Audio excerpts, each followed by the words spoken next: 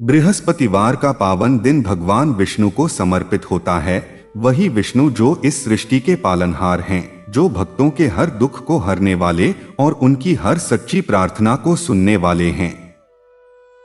आज की यह पवित्र कथा भी उन्हीं की महिमा का वर्णन करती है, जो आपके जीवन में सुख, शांति और समृद्धि का द्वार खोल सकती है। कहा जाता है कि जो भी श्रद्धा और विश्वास के साथ इस कथा को आरंभ से अंत तक सुनता है, उसके जीवन के सभी दुख दर्द धीरे धीरे समाप्त होने लगते हैं। मन में छिपी हर सच्ची इच्छा, हर अधूरी कामना भगवान विष्णु की कृपा से पूर्ण होने लगती है। इसलिए आपसे निवेदन है कि इस कथा को पूरे मन और श्रद्धा के साथ अंत तक अवश्य सुने, इसे बीच में अधूरा न छोड़े। जितनी एकाग्रता और भक्ति के साथ आप इस कथा को सुनेंगे, उतनी ही अधिक कृपा आपको प्राप्त होगी। तो आइए अपने मन को शांत करें, भगवान विष्णु का स्मरण करें और इस दिव्य कथा की शुरुआत करें। प्राचीन काल की बात है, जब देवताओं और असुरों का संसार में साम्राज्य विस्तार का अंतहीन संघर्ष चलता था। त्रेता युग के उस संधिकाल में, जब धर्म अपने पतले पांवों पर अडिग खड़ा था, परंतु अधर्म अपनी विशाल भुजाओं से उसे गिराने का प्रयास कर रहा था, एक ऐसा समय आया जब स्वर्गलोक का सिंहासन हिल गया। इंद्र, जो एक बार फिर से मदिरापान और अपनी ऐरावत के गर्व में चूर थे, ने अपने कर्तव्यों की अवहेलना की। उनके इस अहंकार ने देवताओं की शक्ति को क्षीण कर दिया और इसी कमजोरी का लाभ उठाकर असुरों के प्रतापी राजा बलि ने अपने गुरु शुक्राचार्य के सानिध्य में अभूतपूर्व बल अर्जित कर लिया। बलि, जो महान दानवीर था, ने यज्ञों की अग्नि में अपनी तपस्या को आहुति दी और देवताओं के कोषों लूटना शुरू कर दिया। एक एक करके सभी दिशाएं उसके अधीन होने लगी। देवराज इंद्र, जिनका सिंहासन अब केवल नाम मात्र का रह गया था, घबराकर अपने प्राणों की रक्षा के लिए भागे। उनके साथ वरुण, अग्नि, वायु और यमराज भी अपनी अपनी शक्तियां खोते हुए एक नई दिशा की ओर देखने लगे। वह दिशा थी क्षीरसागर, जहां भगवान विष्णु शेषनाग की शैया पर योग निद्रा में लीन थे। देवताओं का यह दल, जिसकी आभा मानो बादलों की तरह धुंधली पड़ चुकी थी, क्षीरसागर के तट पर पहुंचा। वहां का दृश्य अद्भुत था।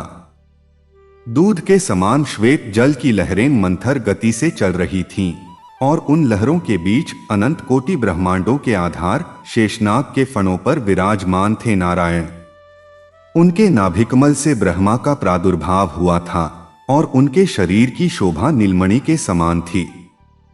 देवता, जो कभी स्वर्ग में ऐश्वर्य के शिखर पर विराजमान थे, अब इस सागर के तट पर खड़े होकर अपने अपमान और असहायता की कथा सुनाने को विवश थे। ब्रह्मा, जो देवताओं के इस दल के नेता थे, आगे बढ़े। उनके चारों मुखों से वेदों की ध्वनि निकली और उन्होंने प्रार्थना की। उनकी प्रार्थना से सागर में तरंगे तीव्र हुईं और मानो समस्त सृष्टि की ध्वनि एक साथ गूंज उठी। तब भगवान विष्णु ने अपनी योग निद्रा से आंखें खोलीं। उनकी आंखें कमल के समान विशाल और करुणामय थीं। उन्होंने ब्रह्मा, इंद्र और अन्य देवताओं की ओर देखा और उनके मन की व्यथा बिना कहे ही समझ गए। उनका स्वर गंभीर था, मानो मेघों की गड़गड़ाहट हो। उन्होंने कहा, हे देवगण, मैं जानता हूं कि तुम किस पीड़ा से ग्रस्त हो। असुरराज बलि का बल बढ़ा है और उसने तुम्हारे साम्राज्य को हड़प लिया है। परंतु यह केवल बलि का बल नहीं है, यह तुम्हारे ही अहंकार का परिणाम है। जब धन, ऐश्वर्य और शक्ति मिलती है, तो मनुष्य भूल जाता है कि यह सब मेरी ही देन है। इंद्र, तूने अपने सिंहासन को स्थायी समझ लिया था, परंतु संसार में कुछ भी स्थायी नहीं है। इंद्र का सिर शर्म से झुक गया।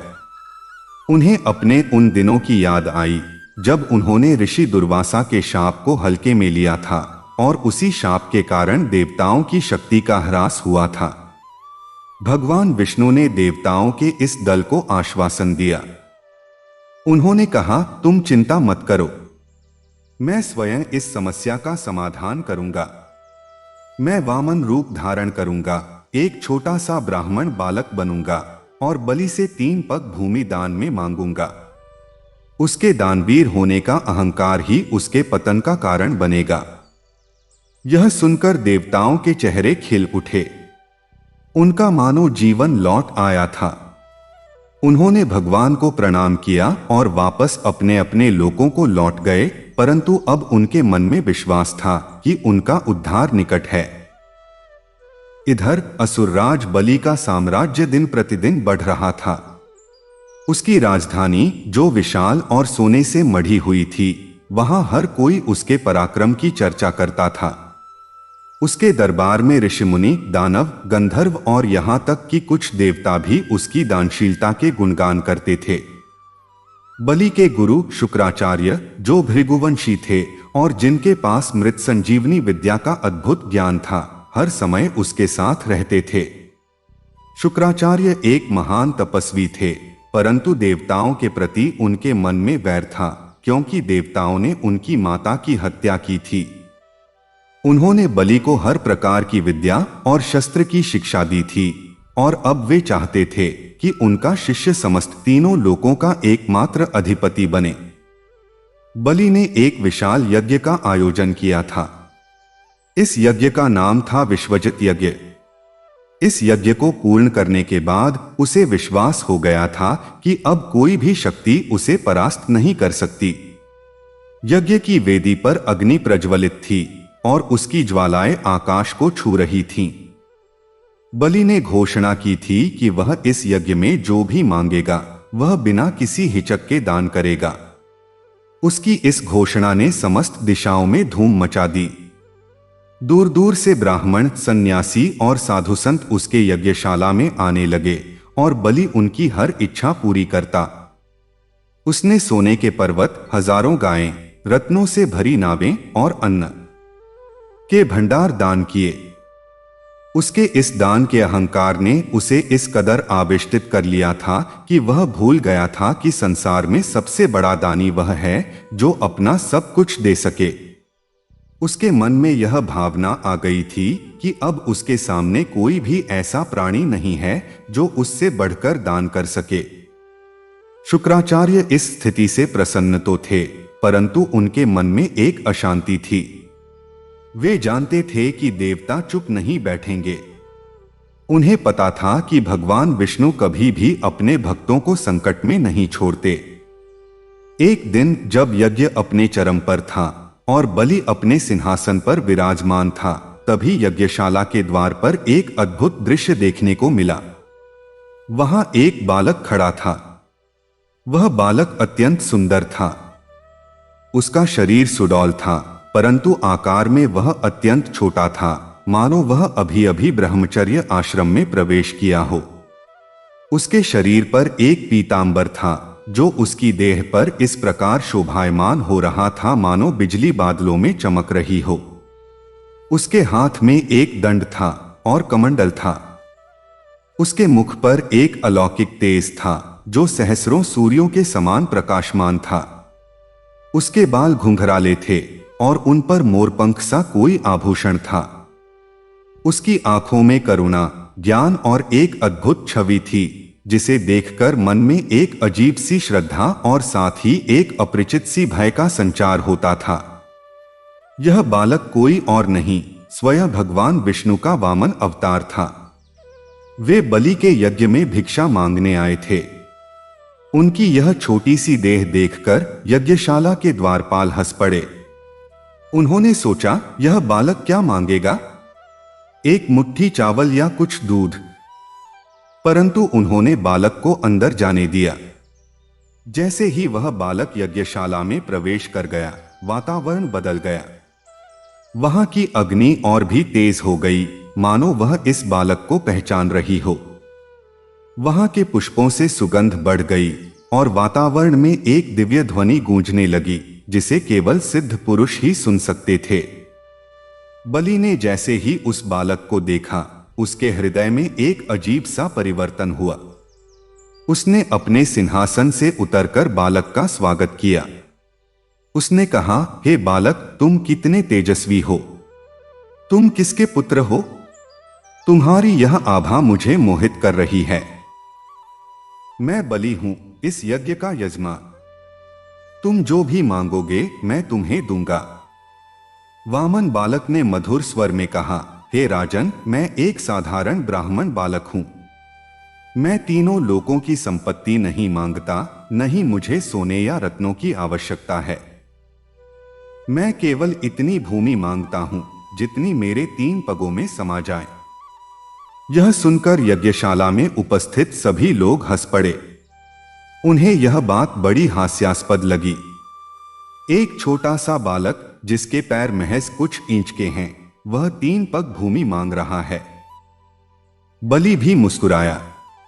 उसने कहा, हे तपस्वी बालक, तुम्हारी इच्छा पूरी होगी। तुम 3 पग भूमि मांग रहे हो, मैं तुम्हें 3 पग भूमि नहीं बल्कि जितनी भूमि तुम चाहो दे सकता हूं। परंतु तुमने जो मांगा है वह तो बहुत तुच्छ है। क्या तुम कोई और वरदान नहीं चाहते? वामन बालक ने अपनी छोटी सी मुस्कान बिखेरते हुए कहा, राजन, मैंने जो मांगा है वही पर्याप्त है। यदि तुम दान में देना ही चाहते हो तो 3 पग भूमि का वचन दे दो। बलि ने तुरंत अपना वचन दे दिया। उसने अपने हाथ में जल भरकर दान देने की तैयारी की। परंतु ठीक उसी समय शुक्राचार्य, जो अब तक चुपचाप सब कुछ देख रहे थे, उनकी समझ में यह सब आ गया। उनकी तपस्या और दिव्य दृष्टि ने उन्हें बता दिया था कि यह कोई साधारण बालक नहीं है, बल्कि स्वयं भगवान विष्णु हैं, जो देवताओं की रक्षा के लिए यहाँ आए हैं। वे समझ गए कि यह बालक 3 पगों में समस्त ब्रह्मांड को नाप लेगा और बलि का अहंकार चूर चूर हो जाएगा। शुक्राचार्य ने बलि को रोका। उन्होंने अपने दिव्य ज्ञान से बलि को आगाह किया। उन्होंने कहा, हे राजन, यह कोई सामान्य बालक नहीं है। यह साक्षात नारायण हैं। ये 3 पगों में तुम्हारा सब कुछ छीन लेंगे। यह देवताओं की चाल है। तुम दान मत करो। तुम्हारा वचन अभी तक पूर्ण नहीं हुआ है। तुम मुझे गुरु दक्षिणा में अपना सब कुछ दे सकते हो, परंतु इसे मत दो। शुक्राचार्य के शब्द सुनकर बलि के मन में एक बार संदेह हुआ। उसने बालक की ओर देखा। वह बालक अब भी उसी निर्मल मुस्कान के साथ खड़ा था। उसके मन में एक संघर्ष हुआ। एक ओर उसके गुरु का आदेश था, जिन्होंने उसे जीवनदान दिया था, जिनके आशीर्वाद से वह इतना शक्तिशाली बना था। दूसरी ओर उसका अपना वचन था, जो उसने एक ब्राह्मण बालक को दिया था। उसके मन में यह भी आया कि यदि यह सच में भगवान हैं, तो उनसे वचन पालन करना ही धर्म है, और यदि यह सच में एक साधारण बालक है तो उसे दान देना तो उसकी दानवीरता का परिचय है। बलि ने अपने गुरु की ओर देखा। शुक्राचार्य का चेहरा क्रोध से लाल हो रहा था। वे अपनी शक्ति से बलि को रोकने का प्रयास कर रहे थे, परंतु बलि ने गहरी सांस ली। उसने कहा, गुरुदेव, मैं आपका आदर करता हूं। आप मेरे लिए सर्वोपरि हैं, परंतु एक क्षत्रिय धर्म का पालन करते हुए मैंने जो वचन दिया है उसे मैं तोड़ नहीं सकता। यदि यह बालक स्वयं भगवान है तो मुझे अपना वचन देकर ही मोक्ष मिलेगा, और यदि यह बालक नहीं है तो भी मैं दानवीरता का पालन करूंगा। मैं अपने वचन से विमुख नहीं हो सकता। शुक्राचार्य क्रोधित हो उठे। उन्होंने बलि को शाप देने की मुद्रा में अपना हाथ उठाया, परंतु बलि ने उनकी ओर देखा भी नहीं। उसने दृढ़तापूर्वक अपने हाथ में जल लिया और बालक को दान देने के लिए आगे बढ़ा। जैसे ही उसने जल बालक के हाथों में डाला, एक चमत्कार हुआ। उस छोटे से बालक का शरीर आकाश की ओर बढ़ने लगा। उसका रूप विशाल हो गया। वह बालक अब एक विराट रूप धारण कर चुका था, जिसकी ऊंचाई का अंत नहीं था। उसका एक पैर पृथ्वी पर रखा था और दूसरा पैर आकाश की ओर उठा। यह था भगवान विष्णु का त्रिविक्रम रूप। उन्होंने अपना पहला पग धरती पर रखा। उस एक पग में समस्त पृथ्वी, महासागर, पर्वत, वन, नदियां सब कुछ समा गया। दूसरा पग उन्होंने आकाश में रखा। उस एक पग में समस्त स्वर्गलोक, चंद्रमा, सूर्य, नक्षत्र और समस्त देवलोक समा गए। अब तीसरे पग के लिए कोई स्थान नहीं बचा था। उन्होंने बलि की ओर देखा और पूछा, हे राजन, अब मैं अपना तीसरा पग कहाँ रखूं? तुमने मुझे 3 पग भूमि देने का वचन दिया था। बलि ने यह अद्भुत दृश्य देखा।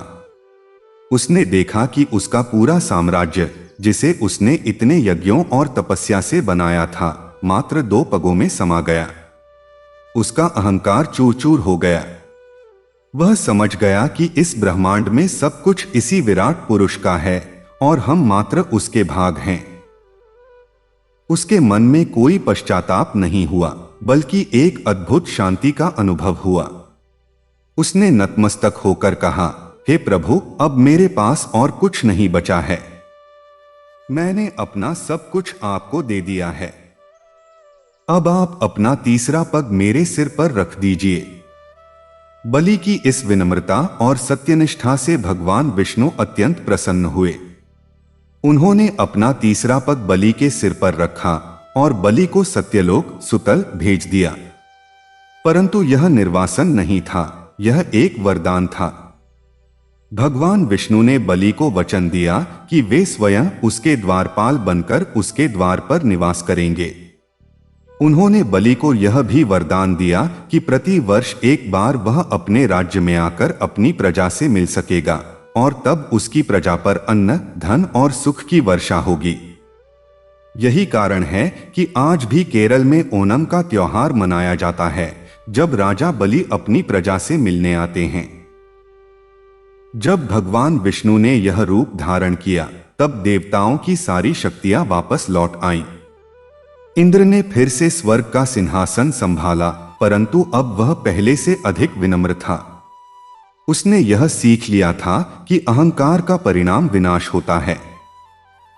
देवताओं ने भगवान विष्णु की स्तुति की, गंधर्वों ने गीत गाए और अप्सराओं ने नृत्य किया। समस्त तीनों लोकों में उत्सव छा गया। परंतु इस कथा का एक और गहरा पहलू है जो बृहस्पतिवार की महिमा से जुड़ा है।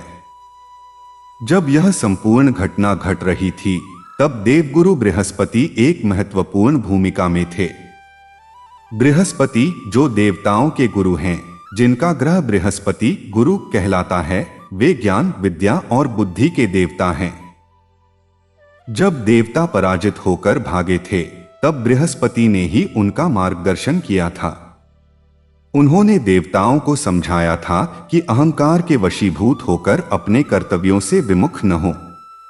उन्होंने ही देवताओं को क्षीरसागर जाने की प्रेरणा दी थी। बृहस्पति की शिक्षा का यह सिद्धांत है कि गुरु का स्थान सर्वोपरि होता है। जिस प्रकार बलि ने अपने गुरु शुक्राचार्य की बात न मानकर संसार का साम्राज्य खो दिया, उसी प्रकार देवताओं ने बृहस्पति की शिक्षा का पालन करते हुए अपना राज्य वापस पाया। यह कथा सिखाती है कि गुरु की आज्ञा का पालन करना ही सच्ची भक्ति है और जो लोग गुरु के मार्ग से भटक जाते हैं, उनका पतन निश्चित है। एक अन्य कथा बृहस्पतिवार को भगवान विष्णु से जोड़ती है। कहते हैं कि एक बार देवता और असुर दोनों ही अमृत प्राप्ति के लिए समुद्र मंथन कर रहे थे। उस समय भगवान विष्णु ने मोहिनी रूप धारण किया और असुरों को अमृत से वंचित करके देवताओं को अमृतपान कराया। उस समय देवताओं के गुरु बृहस्पति ने ही देवताओं को मंथन की विधि बताई थी और उन्हें मोहिनी के रूप में आए भगवान विष्णु को पहचानने का ज्ञान दिया था। इस प्रकार बृहस्पतिवार का दिन भगवान विष्णु की कृपा और गुरु के ज्ञान का संगम है। यह भी कहा जाता है कि जो भी भक्त बृहस्पतिवार के दिन व्रत रखता है, पीले वस्त्र धारण करता है और भगवान विष्णु की पूजा करता है, उसे ज्ञान, धन, संतान और मोक्ष की प्राप्ति होती है। यह दिन उन लोगों के लिए विशेष है जो अपने जीवन में किसी भी प्रकार की बाधा का सामना कर रहे हों। भगवान विष्णु के वामन अवतार की यह कथा सिखाती है कि चाहे संसार में कितना भी बड़ा संकट आए, यदि व्यक्ति सत्य और धर्म के मार्ग पर चलता है तो अंततः उसकी विजय होती है। बलि के साम्राज्य की समाप्ति के बाद देवताओं ने बृहस्पति को अपना गुरु मानकर उनका अभिनंदन किया। बृहस्पति ने देवताओं को उपदेश दिया कि ऐश्वर्य क्षणिक है, ज्ञान ही शाश्वत है। उन्होंने कहा, जिस प्रकार भगवान विष्णु ने वामन रूप में यह सिद्ध कर दिखाया कि सच्ची शक्ति आकार में नहीं बल्कि आत्मबल में होती है, उसी प्रकार तुम्हें भी अपने अहंकार का त्याग करना चाहिए। भगवान विष्णु की यह लीला समस्त सृष्टि के लिए एक अनंत काल तक याद रखने योग्य घटना बन गई। जब भी कोई व्यक्ति अहंकार के वशीभूत होता है तो उसे इस कथा का स्मरण करना चाहिए। और जब भी कोई व्यक्ति सत्य और धर्म के मार्ग पर चलते हुए कठिनाइयों का सामना करता है तो उसे यह विश्वास रखना चाहिए कि भगवान विष्णु, जो इस ब्रह्मांड के पालनहार हैं, किसी न किसी रूप में उसकी रक्षा अवश्य करेंगे। बृहस्पतिवार के दिन जब भक्त पीले पुष्प, पीले वस्त्र और पीले चंदन से भगवान विष्णु की पूजा करते हैं तो उनके मन में यह भावना होनी चाहिए कि वे स्वयं को उस वामन बालक की तरह विनम्र बनाएं, जिसने अपनी छोटी सी देह में समस्त ब्रह्मांड को समेट लिया। वे बलि की तरह दानवीर बने, परंतु दान का अहंकार न रखें। वे बृहस्पति की तरह ज्ञान के उपासक बने, जो सदैव सत्य और धर्म का मार्गदर्शन करते हैं। इस प्रकार यह कथा केवल एक पौराणिक घटना मात्र नहीं है, बल्कि यह जीवन की उस अनंत सच्चाई का प्रतीक है कि जहां सत्य और विनम्रता होती है, वहां स्वयं भगवान विष्णु की कृपा होती है। और जहां भगवान विष्णु की कृपा होती है, वहां कभी किसी प्रकार की कमी नहीं रहती। यही कारण है कि बृहस्पतिवार का दिन, जो भगवान विष्णु और उनके परम भक्त बलि की इस अद्भुत लीला का साक्षी है, समस्त मनोकामनाओं की पूर्ति के लिए सर्वश्रेष्ठ माना जाता है। सदियां बीत गईं, युगों का परिवर्तन हुआ, परंतु इस कथा की प्रासंगिकता आज भी उतनी ही ताजा है जितनी उस समय थी जब वामन देव ने बलि से 3 पग भूमि मांगी थी।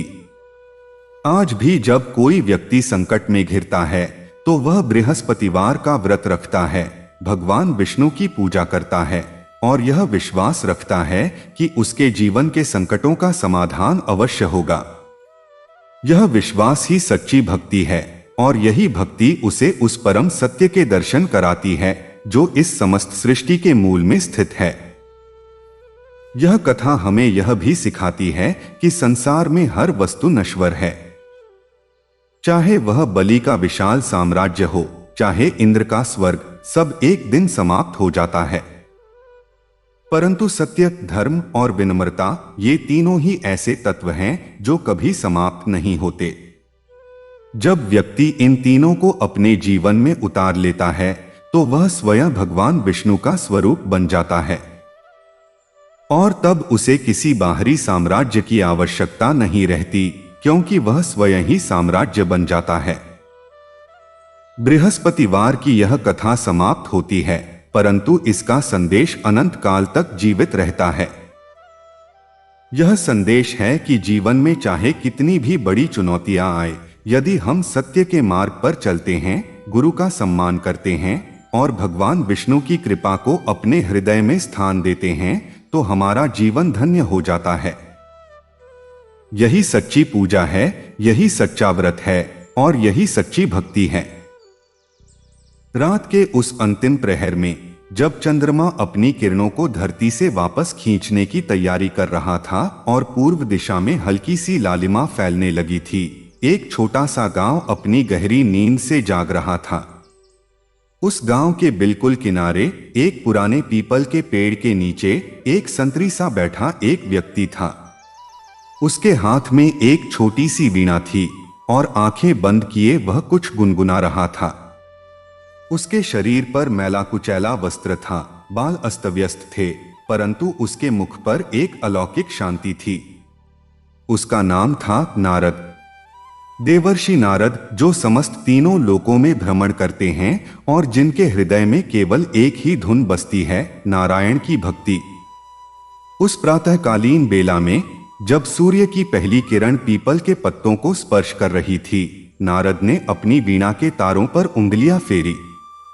उस ध्वनि से वातावरण में एक अद्भुत कंपन पैदा हुआ। यह कोई साधारण संगीत नहीं था। यह उन तारों की वाणी थी जो स्वयं ब्रह्मांड की गति को व्यक्त कर रही थी।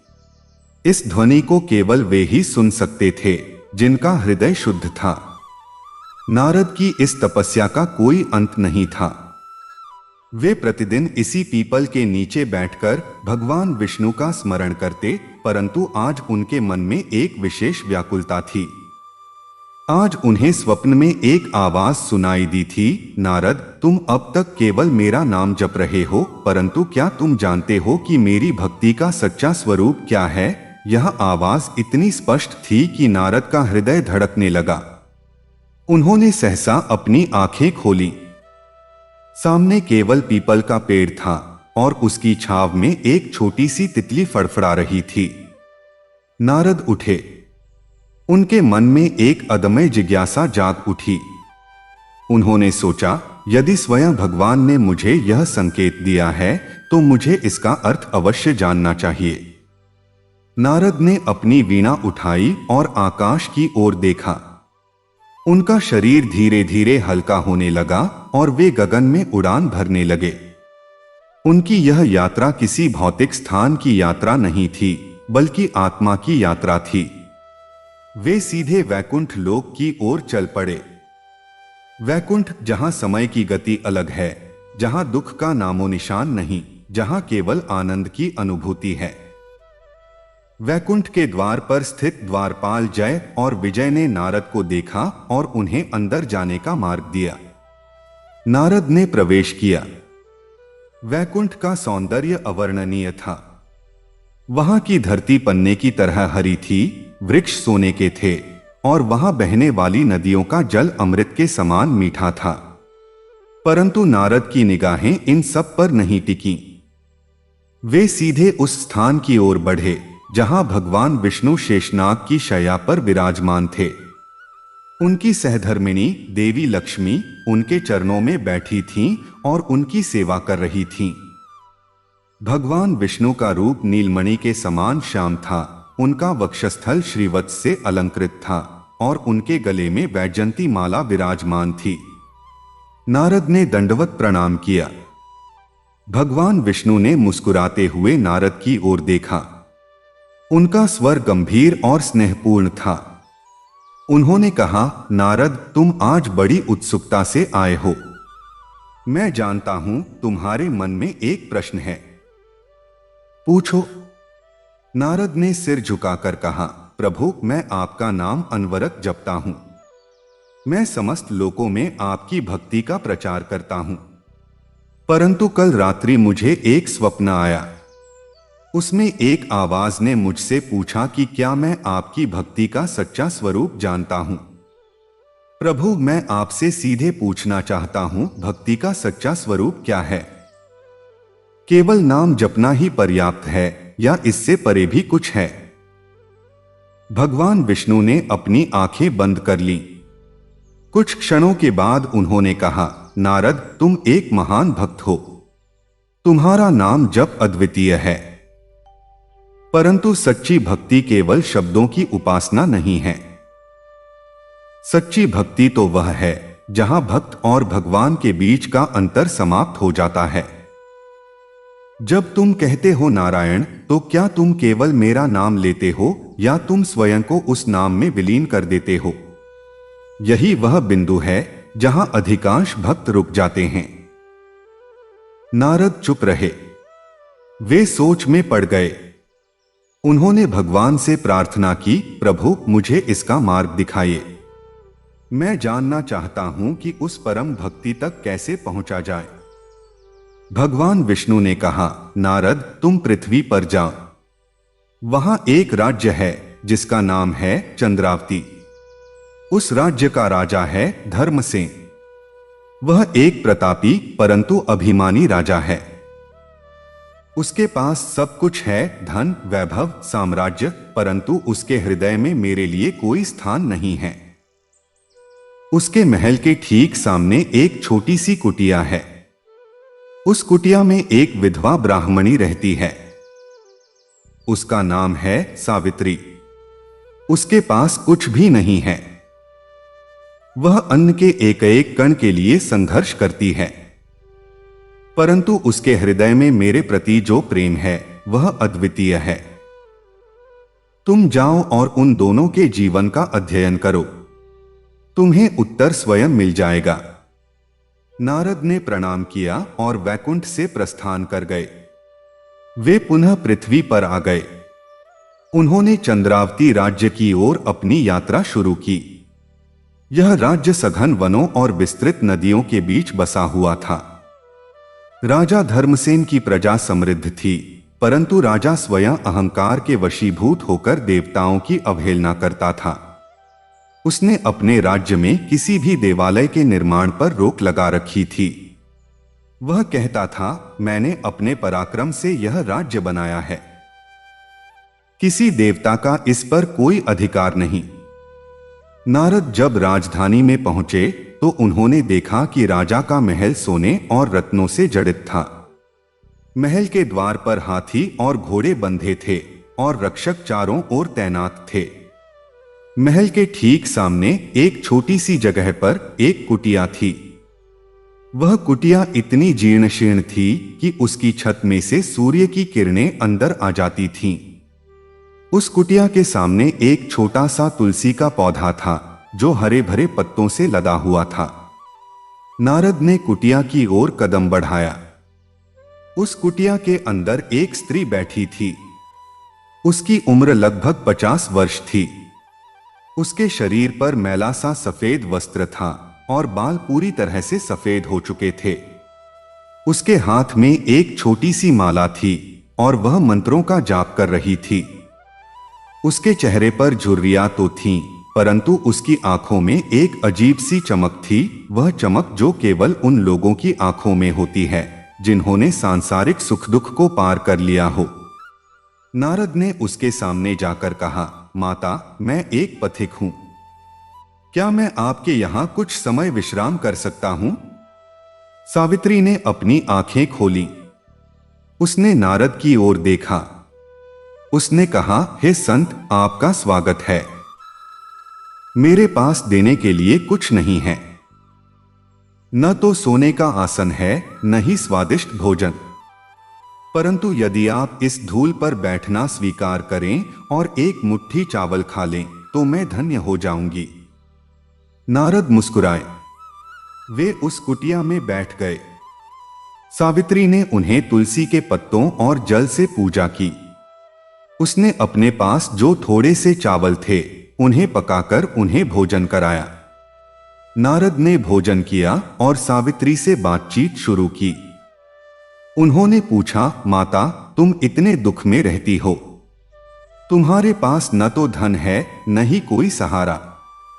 क्या तुम कभी भगवान से शिकायत नहीं करती? क्या तुम्हें नहीं लगता कि उन्होंने तुम्हारे साथ अन्याय किया है? सावित्री ने हल्की सी मुस्कान दी।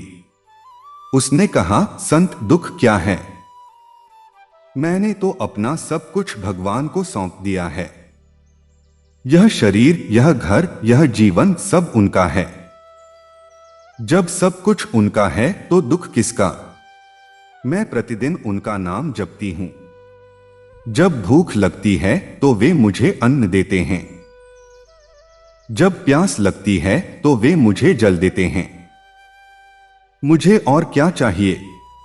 मेरा पति स्वर्गवासी हो गया, मेरा कोई पुत्र नहीं, परंतु मैं अकेली नहीं हूं। मेरे साथ मेरे नारायण हैं। वे ही मेरे पति हैं, वे ही मेरे पुत्र हैं, वे ही मेरे सब कुछ हैं। नारद ने पूछा, परंतु माता, राजा धर्मसेन तुम्हारे ठीक सामने रहता है। उसके पास सब कुछ है। क्या तुम्हें उससे जलन नहीं होती? क्या तुम नहीं चाहती कि तुम्हारे पास भी वह सब होता? सावित्री हंस पड़ी। उसकी हंसी इतनी निर्मल थी कि नारद को लगा मानो कोई बच्ची हंस रही हो। उसने कहा, संत, जलन? वह तो मेरे लिए दया का पात्र है। उसके पास सब कुछ है, परंतु उसके पास वह नहीं है जो मेरे पास है। उसके पास भगवान का नाम नहीं है। उसके पास वह शांति नहीं है जो मुझे प्राप्त है। वह रात में सो नहीं पाता क्योंकि उसे अपने राज्य की चिंता सताती है। मैं रात में जमीन पर लेटती हूं और मुझे गहरी नींद आती है। वह अमृत के समान भोजन करता है, परंतु उसे स्वाद नहीं आता। मैं एक मुट्ठी चावल खाती हूं और मुझे संतोष मिलता है। बताइए किसके पास अधिक है? नारद चुप हो गए। वे सावित्री की बातों में खो गए। उन्होंने उस कुटिया में कुछ दिन बिताए। उन्होंने देखा कि सावित्री प्रतिदिन सुबह उठकर सबसे पहले तुलसी को जल देती है, फिर भगवान विष्णु का पूजन करती है और फिर अपने दिन का काम शुरू करती है। वह कभी कभी भूखी भी रह जाती थी, परंतु कभी उसके मुख से कोई शिकायत नहीं निकली। वह हर समय मुस्कुराती रहती थी। उसके हृदय में इतनी शांति थी कि उस कुटिया में बैठकर नारद को भी एक अलग ही सुख का अनुभव होता था। एक दिन नारद ने सावित्री से पूछा, माता, तुम्हारी इस भक्ति को देखकर मैं अचंभित हूं, परंतु एक बात बताओ, क्या तुम्हें कभी यह नहीं लगता कि तुम्हारी भक्ति व्यर्थ है? तुम इतना पूजन करती हो, परंतु तुम्हारी दरिद्रता दूर नहीं होती। भगवान ने तुम्हें अब तक कोई धन क्यों नहीं दिया? सावित्री ने नारद की ओर देखा।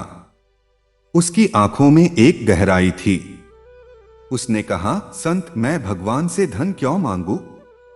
धन तो एक बोझ है। जिसके पास धन है वह धन की रक्षा की चिंता में भगवान को भूल जाता है। मैंने तो भगवान से केवल एक ही वरदान मांगा है कि मेरा मन सदा उनके चरणों में लगा रहे। यदि वे चाहें तो मुझे साम्राज्य दे सकते हैं, परंतु मैं उस साम्राज्य में अपना मन नहीं लगा सकती। मेरे लिए तो यही सच्चा धन है कि मैं उनका नाम लेते लेते इस शरीर का त्याग कर दूं। नारद के मन में सावित्री के प्रति अपार श्रद्धा जाग उठी। उन्होंने सोचा, यह स्त्री सच्ची भक्त है। इसके हृदय में कोई कामना नहीं है। यह तो केवल प्रेम के लिए प्रेम करती है। कुछ दिनों के बाद नारद ने सावित्री से विदा ली और राजा के महल की ओर चल दिए। उन्होंने सोचा कि अब राजा के जीवन को देखें ताकि दोनों की तुलना कर सकें। राजा के महल के द्वार पर पहुंचकर नारद ने प्रवेश की अनुमति मांगी। द्वारपाल ने उन्हें अंदर जाने से रोक दिया, परंतु नारद ने अपना परिचय दिया। यह सुनकर राजा स्वयं दौड़ा दौड़ा नारद का स्वागत करने आया। राजा धर्मसेन ने नारद को अपने सिंहासन के पास बैठाया और उनका सम्मान किया। राजा का महल देखकर नारद भी चकित रह गए। वहां हर ओर सोना, चांदी, हीरे, माणिक्य बिखरे पड़े थे। राजा के वस्त्र कीमती रेशम के थे और उसके गले में मोतियों की मालाएं थीं। राजा ने नारद से कहा, देवर्षि, आपका आगमन मेरे लिए सौभाग्य की बात है। मैंने सुना है कि आप समस्त लोकों में भ्रमण करते हैं। कृपया मुझे बताइए, क्या मैं किसी देवता से कम हूं? मेरे पास वह सब कुछ है जो किसी देवता के पास हो सकता है। मैंने यह सब अपने पराक्रम से अर्जित किया है। नारद ने राजा की ओर देखा। उन्होंने कहा, हे राजन, तुम्हारा वैभव अद्भुत है, परंतु मैं तुम्हें एक प्रश्न पूछना चाहता हूं। तुम रात में कब सोते हो? राजा ने कहा, मैं रात में बहुत देर से सोता हूं। मुझे अपने राज्य की चिंता सताती है। कहीं शत्रु आक्रमण न कर दें, कहीं कोई षड्यंत्र न हो, कहीं प्रजा में असंतोष न फैल जाए। इन सब चिंताओं के कारण मुझे नींद नहीं आती। नारद ने पूछा, तुम क्या खाते हो? राजा ने कहा, मैं सैकड़ों प्रकार के व्यंजन खाता हूं। मेरे रसोइये दुनिया के हर कोने से व्यंजन बनाते हैं। नारद ने पूछा, और उस भोजन का स्वाद तुम्हें कैसा लगता है? राजा कुछ देर चुप रहा। फिर उसने कहा, सच कहूं तो मुझे स्वाद का पता नहीं चलता। मैं जल्दी जल्दी खाकर अपने काम में लग जाता हूं। नारद ने पूछा, तुम्हारी प्रजा तुमसे कितना प्रेम करती है? यह सुनते ही राजा का चेहरा उतर गया। उसने कहा, प्रजा मुझसे डरती है।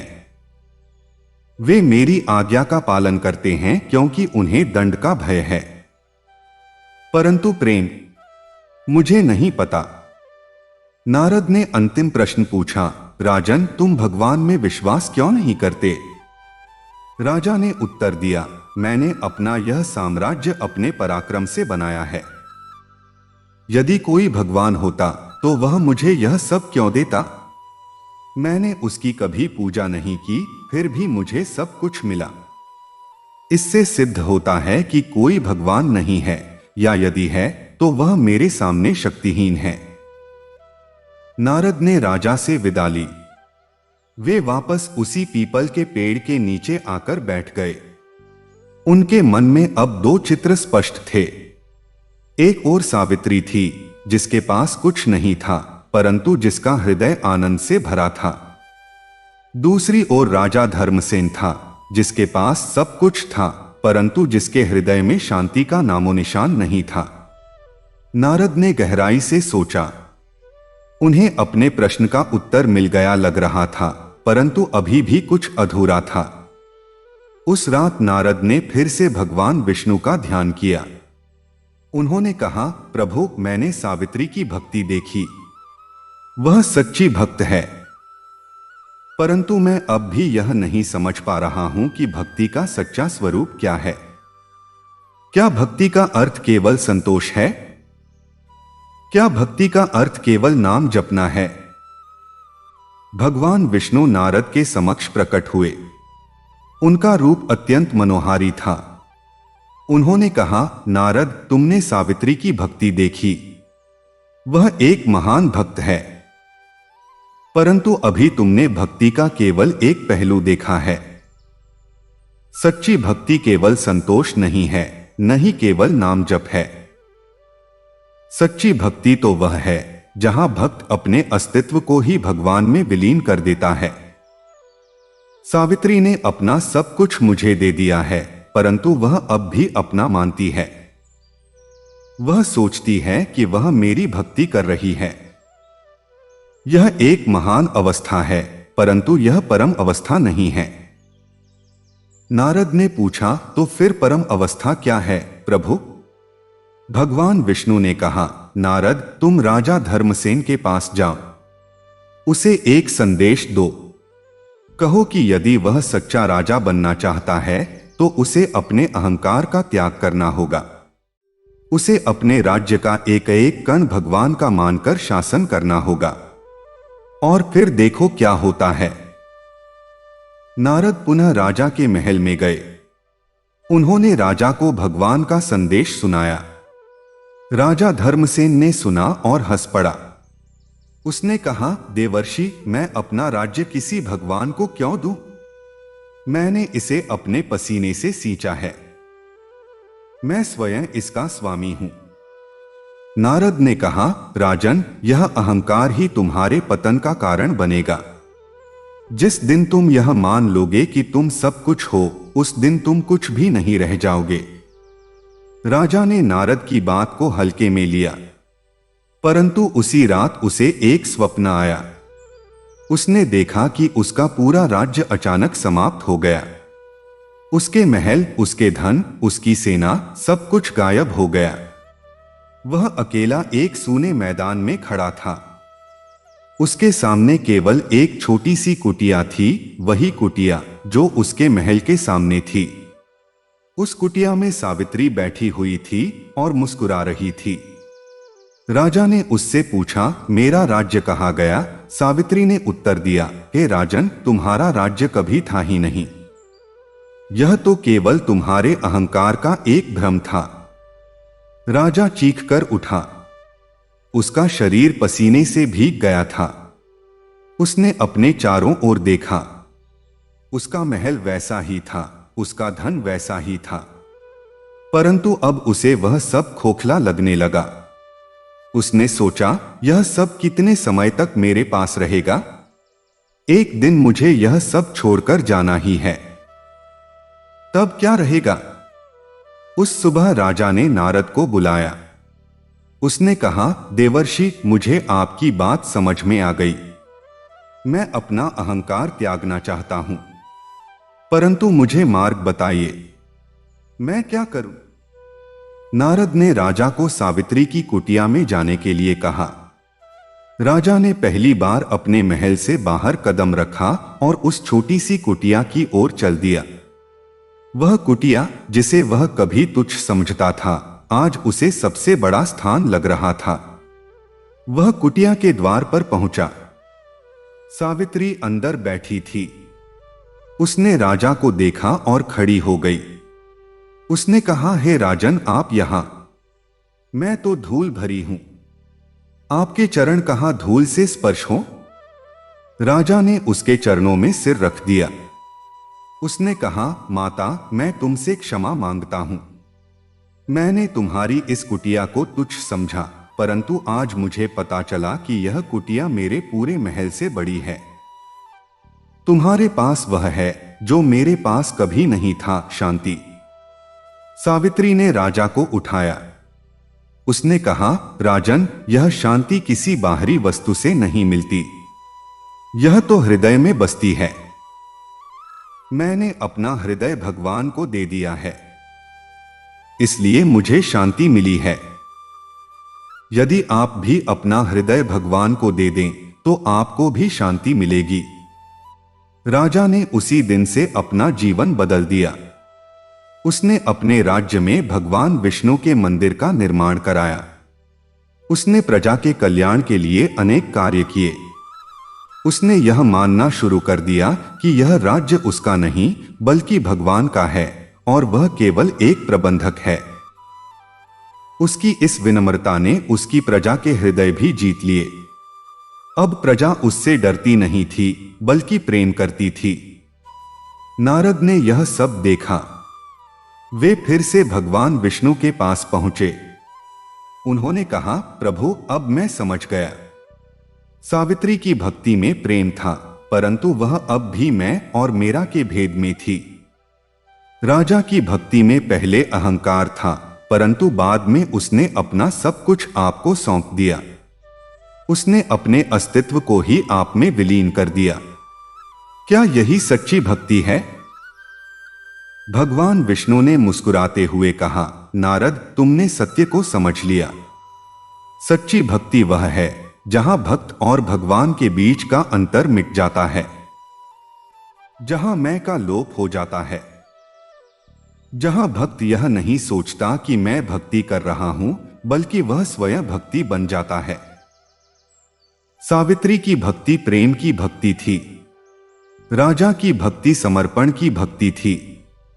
दोनों ही महान हैं, परंतु जब प्रेम और समर्पण दोनों एक साथ आ जाते हैं तो वही परम भक्ति है। नारद ने पूछा, प्रभु, क्या इस भक्ति को कोई सीमा है? भगवान विष्णु ने कहा, नारद, इस भक्ति की कोई सीमा नहीं है। जैसे जैसे भक्त मुझ में लीन होता है, वैसे वैसे वह मुझे और अधिक अनुभव करता है, और जैसे जैसे वह मुझे अनुभव करता है, वैसे वैसे वह और अधिक लीन होता जाता है। यह एक अनंत यात्रा है। यही वह मार्ग है जिसे मोक्ष कहते हैं। यह कथा सुनकर नारद के मन में एक नई ऊर्जा का संचार हुआ। उन्होंने अपनी वीणा उठाई और उसके तारों को छेड़ा। इस बार उनका संगीत पहले से भिन्न था। इसमें केवल भक्ति नहीं थी, इसमें समर्पण था। इसमें केवल प्रेम नहीं था, इसमें विसर्जन था। वह संगीत वैकुंठ के हर कण में फैल गया। देवी लक्ष्मी ने भी अपना कमल हाथ रोक लिया और वह संगीत सुनने लगी। शेषनाग ने अपने फणों को और ऊपर उठा लिया, मानो वह भी उस संगीत को अपने शरीर में उतारना चाहता हो। भगवान विष्णु ने नारद की ओर देखा। उनकी आंखों में आनंद के आंसू थे। उन्होंने कहा, नारद, आज तुमने सच्चे अर्थों में भक्त बनना सीख लिया। अब तुम केवल नारद नहीं रहे, अब तुम नारद ब्रह्मा हो, वह जो ब्रह्मा में लीन हो गया। नारद ने कहा, प्रभु, यह सब आपकी कृपा है। आपने मुझे सावित्री और राजा के माध्यम से यह सिखाया कि सच्ची भक्ति का मार्ग क्या है। भगवान विष्णु ने कहा, नारद, यह मार्ग केवल तुम्हारे लिए नहीं है, यह उन सभी के लिए है जो मेरी भक्ति में लीन होना चाहते हैं। जो भी इस मार्ग पर चलेगा उसे मैं अपने हृदय में स्थान दूंगा। यह कथा धीरे धीरे समस्त लोकों में फैल गई। देवता, असुर, मनुष्य सभी ने इसे सुना। जिनके हृदय में प्रेम था उन्होंने सावित्री का मार्ग अपनाया। जिनके हृदय में अहंकार था उन्होंने राजा धर्मसेन की तरह उसे त्यागना सीखा। और जो परम ज्ञान की खोज में थे उन्होंने नारद की तरह उस अनंत यात्रा को अपनाया। आज भी जब बृहस्पतिवार का दिन आता है तो भक्त इस कथा का स्मरण करते हैं। वे समझते हैं कि सच्ची भक्ति केवल मंत्रों का जाप नहीं है, केवल व्रत और उपवास नहीं है। सच्ची भक्ति तो वह है जहां व्यक्ति अपने अहंकार का त्याग करके अपने प्रभु में समर्पित हो जाता है। यही वह मार्ग है जो सांसारिक सुख दुख से परे ले जाता है। यही वह मार्ग है जो मनुष्य को देवत्व प्रदान करता है। इस कथा का एक और गहरा संदेश है। यह हमें बताती है कि दरिद्रता और समृद्धि केवल बाहरी स्थितियां नहीं हैं, बल्कि ये मन की अवस्थाएं हैं। सावित्री के पास बाहरी रूप से कुछ नहीं था, परंतु वह समृद्ध थी क्योंकि उसका हृदय भगवान से भरा था। राजा के पास बाहरी रूप से सब कुछ था, परंतु वह दरिद्र था क्योंकि उसका हृदय खाली था। जब राजा ने अपना हृदय भगवान को दे दिया तो वह भी समृद्ध हो गया। यही सच्ची समृद्धि है। बृहस्पतिवार जो गुरु का दिन है, हमें यह सिखाता है कि जीवन में सबसे बड़ा गुरु वह है जो हमें इस सत्य का बोध कराता है कि हम क्या हैं और हमें क्या बनना है। यह गुरु कोई बाहरी व्यक्ति हो सकता है या यह हमारा अपना अंतर्मन हो सकता है, परंतु जब तक हम इस सत्य को नहीं पहचानते तब तक हम उसी भ्रम में जीते हैं जिसमें राजा धर्मसेन जी रहा था कि ही सब कुछ है, हमारे पास सब कुछ है। इस कथा की समाप्ति पर जब नारद वैकुंठ से प्रस्थान कर रहे थे तो उनके मन में एक बात और आई। उन्होंने भगवान विष्णु से पूछा, प्रभु, यह कथा जो मैंने सीखी, क्या मैं इसे समस्त लोकों में प्रचारित कर सकता हूं? भगवान विष्णु ने कहा, नारद, यही तुम्हारा कर्तव्य है। जो भी इस कथा को सुनेगा, श्रद्धा से सुनेगा, उसके हृदय का अहंकार समाप्त हो जाएगा। वह समझ जाएगा कि सच्चा सुख बाहरी वस्तुओं में नहीं बल्कि आंतरिक समर्पण में है। और जो इस कथा को दूसरों तक पहुंचाएगा वह मेरा सबसे प्रिय भक्त होगा। नारद ने प्रणाम किया और वैकुंठ से प्रस्थान कर गए। वे पुनः उसी पीपल के पेड़ के नीचे आए जहां से उनकी यात्रा शुरू हुई थी। उन्होंने अपनी वीणा उठाई और उस पर एक नई धुन बजाई। यह धुन उस कथा की धुन थी जो उन्होंने सीखी थी।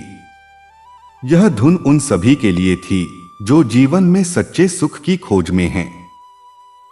यह धुन आज भी उसी पीपल के पेड़ के नीचे गूंजती है, उन सभी के लिए जिनके कान सुनने को तैयार हैं। इस प्रकार भगवान विष्णु की यह कथा हमें सिखाती है कि जीवन में सबसे बड़ा धन भक्ति है, सबसे बड़ा सुख समर्पण है और सबसे बड़ा ज्ञान यह है कि हम कुछ भी नहीं हैं और वही सब कुछ है। यही वह सत्य है जिसे जानने के लिए हम सब इस संसार में आए हैं। और यही वह मार्ग है जो हमें उस परम सत्य तक ले जाता है जहां से हम आए हैं और जहां हमें एक दिन लौटना ही है। बहुत समय पहले की बात है जब धरती पर अधर्म बढ़ने लगा था और लोगों के मन में लोभ, क्रोध और अहंकार ने अपनी जड़ें जमा ली थीं। सत्य और धर्म का मार्ग धीरे धीरे धुंधला पड़ता जा रहा था। उस समय देवताओं के राजा इंद्र सहित सभी देवता अत्यंत चिंतित हो उठे। वे सभी मिलकर क्षीरसागर में शयन कर रहे भगवान विष्णु की शरण में पहुंचे।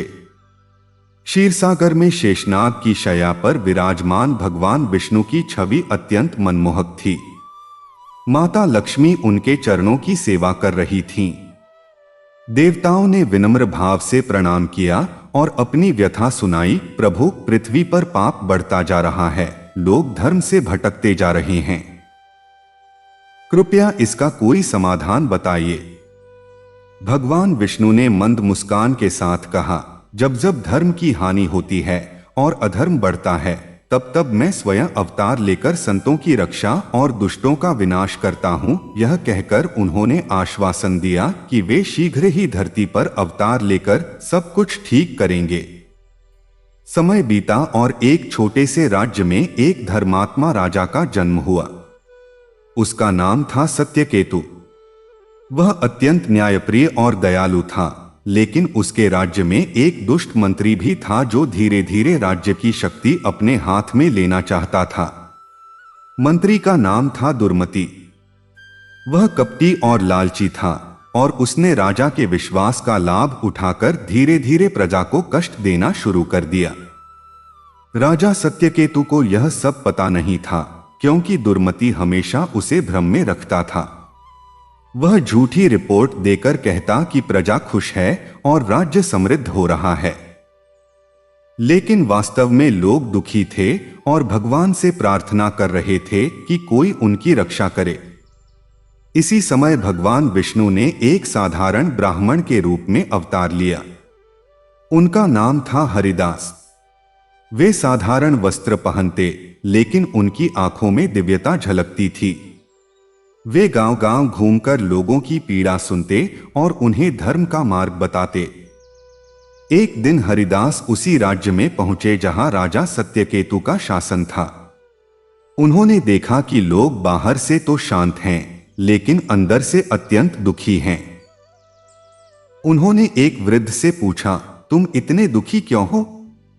वृद्ध ने आंसू भरकर कहा, हमारा राजा तो अच्छा है, लेकिन उसका मंत्री बहुत दुष्ट है।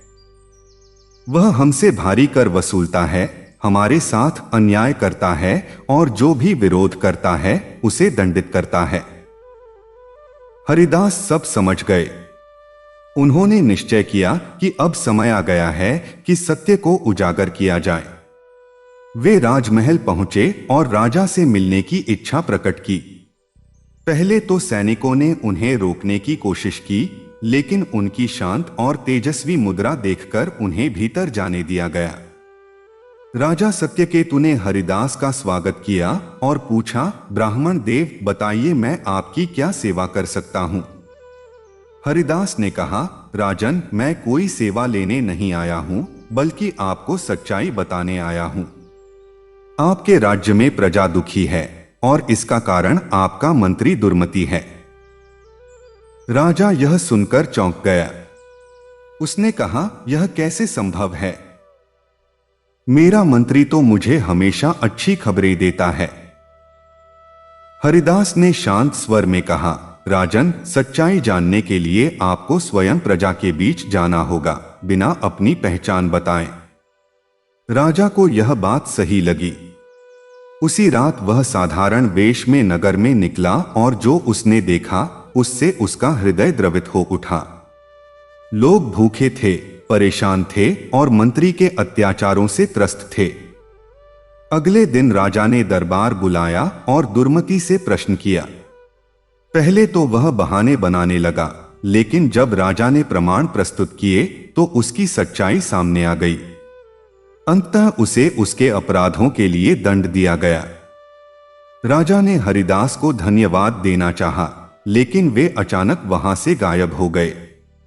उसी रात राजा को स्वप्न में भगवान विष्णु के दर्शन हुए। उन्होंने कहा, राजन, मैंने ही हरिदास के रूप में आकर तुम्हें सत्य का मार्ग दिखाया है। अब तुम धर्मपूर्वक राज्य करो और प्रजा की सेवा करो। राजा की आंखें खुल गईं और वह भाव विभोर हो उठा।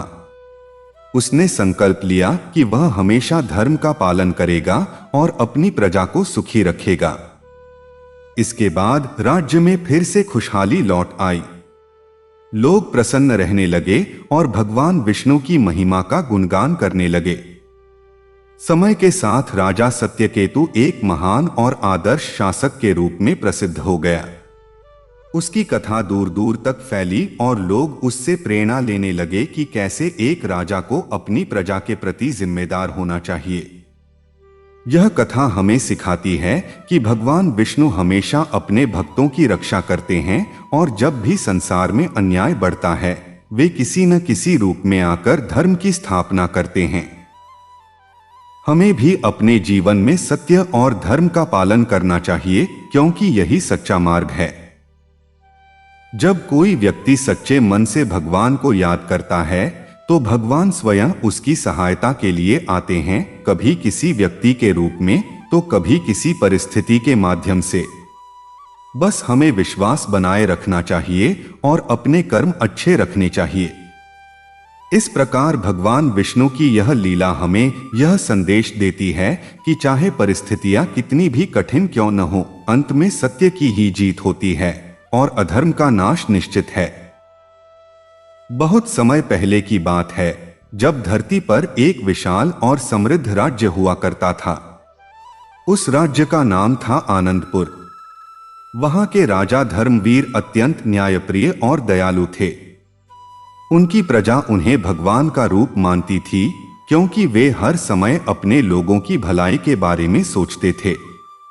राज्य में चारों ओर सुख शांति थी, खेतों में हरियाली लहलहाती थी और लोग हंसी खुशी अपना जीवन व्यतीत करते थे। लेकिन संसार का नियम है कि जहां अच्छाई होती है वहां बुराई भी जन्म लेने का अवसर ढूंढती है। उसी राज्य के पास एक घना जंगल था जहां एक शक्तिशाली राक्षस रहता था जिसका नाम कालकेतु था। वह अत्यंत क्रूर और अहंकारी था। उसने वर्षों तक कठोर तपस्या करके कई वरदान प्राप्त किए थे जिससे वह लगभग अजेय हो गया था।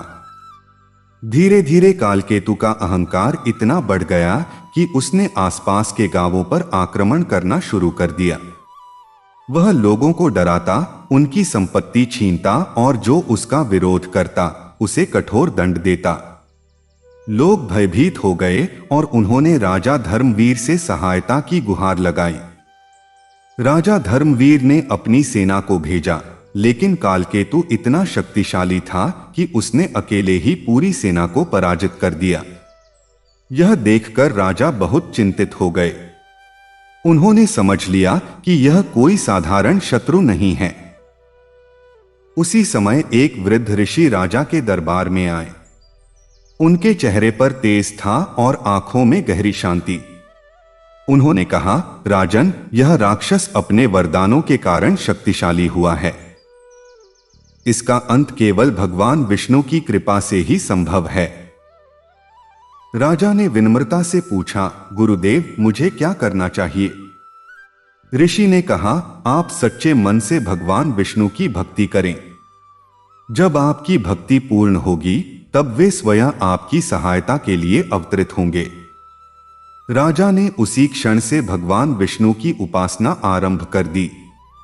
उन्होंने राजकार्य का अधिकांश भार अपने मंत्रियों को सौंप दिया और स्वयं दिन रात भगवान का नाम जपने लगे। उन्होंने कठोर व्रत रखा और एकांत में ध्यान करने लगे। दिन बीतते गए, सप्ताह बीते और फिर महीने बीत गए। राजा की भक्ति और भी गहरी होती गई। उनका मन पूरी तरह भगवान में लीन हो गया। उनकी यह तपस्या देखकर देवता भी प्रसन्न हो उठे। एक दिन जब राजा गहन ध्यान में लीन थे, तभी अचानक उनके सामने एक दिव्य प्रकाश प्रकट हुआ। उस प्रकाश से भगवान विष्णु प्रकट हुए। उनका स्वरूप अत्यंत तेजस्वी था। 4 भुजाएं, हाथों में शंख, चक्र, गदा और पद्म, पीतांबर धारण किए हुए और मुख पर दिव्य मुस्कान। राजा ने भाव विभोर होकर उनके चरणों में प्रणाम किया और कहा, प्रभु, मैं आपकी शरण में आया हूं। कृपया मेरे राज्य को उस दुष्ट राक्षस से मुक्त कराइए। भगवान विष्णु ने कहा, राजन, तुम्हारी भक्ति से मैं अत्यंत प्रसन्न हूं। मैं स्वयं उस राक्षस का अंत करूंगा, लेकिन इसके लिए मुझे एक लीला करनी होगी। इतना कहकर भगवान अदृश्य हो गए। अगले ही दिन राज्य में एक वीर युवक आया। उसका नाम था माधव। वह साधारण वस्त्र पहने हुए था, लेकिन उसकी आंखों में अद्भुत साहस और तेज था। माधव ने राजा से मिलकर कहा, राजन, मैंने सुना है कि आपके राज्य में एक राक्षस आतंक मचा रहा है। मैं उससे युद्ध करना चाहता हूं। राजा ने पहले तो संदेह किया, लेकिन उसके आत्मविश्वास को देखकर उसे अनुमति दे दी। माधव सीधे जंगल की ओर चल पड़ा, जहां कालकेतु रहता था। जंगल अत्यंत भयावह था। चारों ओर अंधकार छाया हुआ था और अजीब अजीब आवाजें सुनाई दे रही थीं। लेकिन माधव बिना डरे आगे बढ़ता गया। अंततः वह उस गुफा तक पहुंच गया जहां कालकेतु रहता था। उसने जोर से पुकारा, हे राक्षस, बाहर आओ और मुझसे युद्ध करो। कालकेतु क्रोधित होकर बाहर आया। उसने देखा कि एक साधारण युवक उसे चुनौती दे रहा है। वह हंस पड़ा और बोला, तुम जैसे तुच्छ मानव मुझसे युद्ध करना चाहते हो। माधव ने शांत स्वर में कहा, अहंकार का अंत निश्चित है। आज तुम्हारे अत्याचारों का अंत होगा। यह सुनकर कालकेतु और क्रोधित हो गया और उसने तुरंत आक्रमण कर दिया। दोनों के बीच भयंकर युद्ध शुरू हो गया। कालकेतु अपनी मायावी शक्तियों का प्रयोग कर रहा था, लेकिन माधव हर बार को बड़ी चतुराई से रोक रहा था।